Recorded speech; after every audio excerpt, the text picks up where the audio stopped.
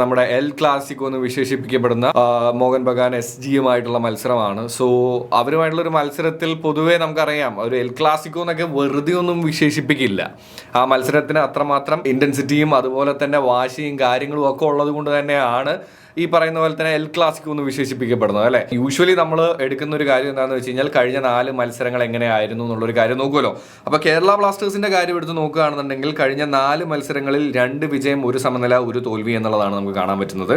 ഇപ്പുറത്ത് 3 വിജയം 1 സമനില എന്നുള്ളതാണ് കേട്ടോ. അപ്പോൾ അവരാണെന്നുണ്ടെങ്കിൽ വലിയ ഒരു ഇങ്ങനെ പറയാം, നമുക്ക് തോൽവിയൊന്നും അറിയാതെ ഇങ്ങനെ അടിപൊളിയായിട്ടുള്ള 4 മത്സരങ്ങൾ കഴിഞ്ഞാണ് അവർ വരുന്നത്. നമ്മൾ അവരുടെ സ്ക്വാഡ് സ്ട്രെങ്ത് എടുത്ത് നോക്കുകയാണെന്നുണ്ടെങ്കിൽ പോലും അവരുടെ ബെഞ്ചിലിരിക്കാൻ പോകുന്നവർ പോലും ഭയങ്കര സ്ട്രോങ് ആയിട്ടാണ് പേഴ്സണലി ഫീൽ ചെയ്യാറുള്ളത്. ഞാൻ വിശ്വസിക്കുന്ന ഒരു കാര്യം എന്താണെന്ന് വെച്ച് കഴിഞ്ഞാൽ TG പുരുഷോത്തമൻ തോമാച്ചൻ കോമ്പിനേഷനിൽ ടീമിനുണ്ടായിട്ടുള്ള ഒരു ആറ്റിറ്റ്യൂഡ് ഡിഫറൻസ് ഉണ്ട്.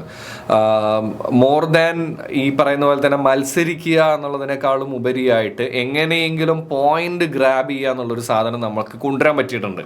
അറിഞ്ഞുകൂടാ, ഈ പറയുന്ന പോലെ തന്നെ തോൽവിയും ബാക്കി കാര്യങ്ങളും ഒക്കെ നമ്മളെ ബാധിക്കുന്നുണ്ടെങ്കിൽ പോലും നമ്മൾ ജയിക്കുന്നുള്ളൊരു തോന്നൽ എനിക്കുണ്ട്. എൻ്റെ ഒരു പ്രൊഡിക്ഷൻ 3-2 എന്നുള്ള രീതിയിൽ കേരള ബ്ലാസ്റ്റേഴ്സ് ജയിക്കും എന്നുള്ളതാണ് കേട്ടോ. അപ്പോൾ എന്തായാലും നിങ്ങൾക്ക് എന്താണ് ഈ വരാൻ പോകുന്ന മത്സരത്തിൽ, അതായത് ഇന്ത്യൻ എൽ ക്ലാസിക്കോ എന്നാണ് അറിയപ്പെടുന്നത്, ആ ഇന്ത്യൻ എൽ ക്ലാസിക്കോയിൽ എന്ത് സംഭവിക്കും എന്നാണ് നിങ്ങൾക്ക് തോന്നുന്നത് എന്ന് താഴെ ഒന്ന് കമൻറ്റ് ചെയ്യണം.